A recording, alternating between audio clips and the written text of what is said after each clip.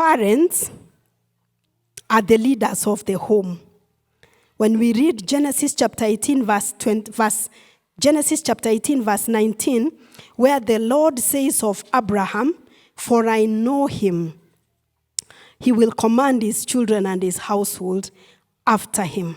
Let me say that children depend on adults for all their needs because they do not have resources, they do not have the networks, they do not have the self-regulation that is required. So the adults are the ones who provide for their needs. During the early days, a child is fully dependent on the mother. The first 1,000 days, a child is dependent on the mother. In many communities across the world, the first year of birth, a child is worn in the body of the mother. You know, the kikois and everything, the kangas, lesos. A child is carried close to the mother so that the mother can help buffer the emotions. Then the next 2 years, so 1,000 days is like 3 years. The next 2 years, the child is around the mother.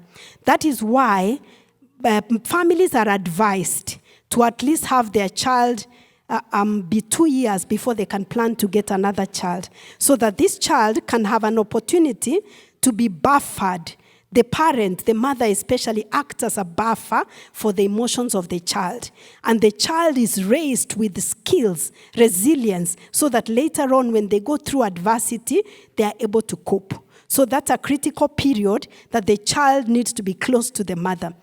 Any society that does not care for the life of the mothers and children, that's a dying society.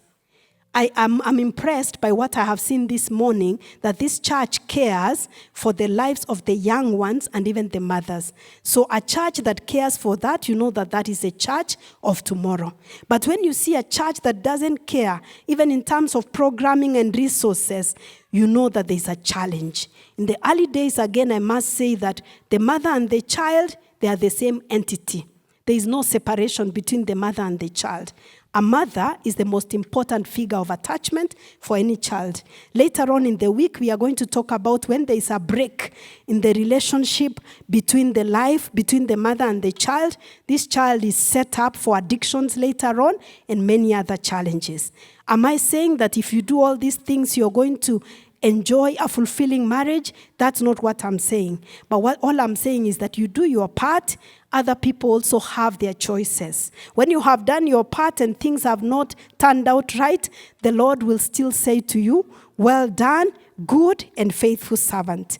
Let me just emphasize a point just before I end, where the man and the male and female created a suitable helpmate in a particular order. I said, as the man takes leadership of the home, the woman is to be submissive to the godly leadership of the husband. I know many men who avoid going home because there's no peace at home. They find it very difficult because the wife does not feel like home. The environment in their home does not just feel like a resting place. So they want to avoid and be anywhere as far as possible. Mothers have an advantage in the life of their children. Mothers occupy a very special place in the life of a child. I was telling my son the other day, my sons are still young, but they are at the age where they can think about marriage. Not yet, but they can start visualizing that because they are adults. But of course, none of them is a husband material yet. Just to say. So but we were having that conversation, and I was telling him that, do you know that as you will get married, you need to consider the person you're marrying is not just your partner, but it's the mother to your children. And when you know that you're marrying a mother to your children, you're going to know that she has powers in her own hands to influence your children positively and negatively. Do you know that however hardworking a man is, if the wife decided that she's going to squander everything and they will be poor on the street, they will? Did you know that? Yes, if the wife decided that, especially when there's a break in trust, she decided that they are going to go to the streets, actually the woman can do whatever she will including recruiting the children, and they will get poor and go to the street. It's very scary. But do you know that if a woman decided she's going to build an empire, even if the man decided to squander, it may not be possible? Do you know that? Do you know it may not be possible?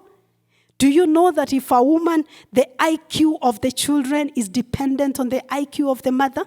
Did you know that? Do you know that the children who are malnourished, most of the time they are children of mothers who are not educated?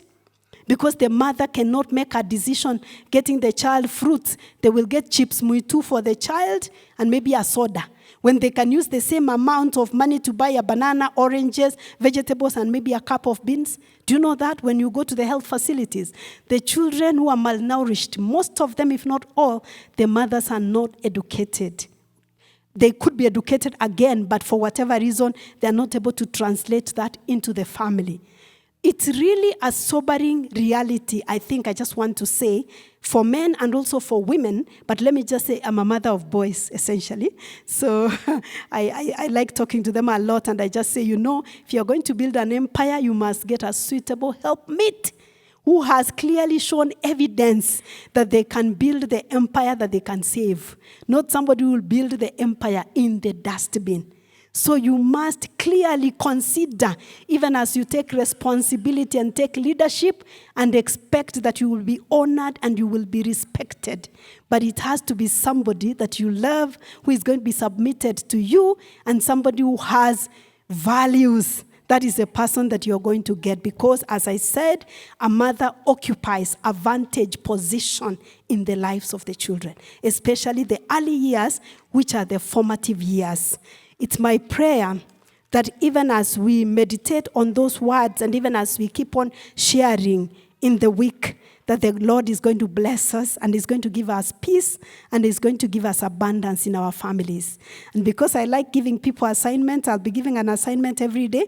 I just want to ask that tonight, you read Genesis chapter 1 and chapter 2, and ask the Lord to speak to you so that we can understand the principles that he has for us. And in my experience, I have realized that on these 7 principles, a lot of us, perhaps we got into unions when we were not ready. We were still children, even if age-wise we were old enough. We ignored certain things. You could see that this person cannot even save food for the next meal. They eat to finish. There are people who eat to finish. And you think, ni chakula tu. No, see chakula tu. They are just showing you how they handle everything and how they deal with everything, okay? May the Lord bless you.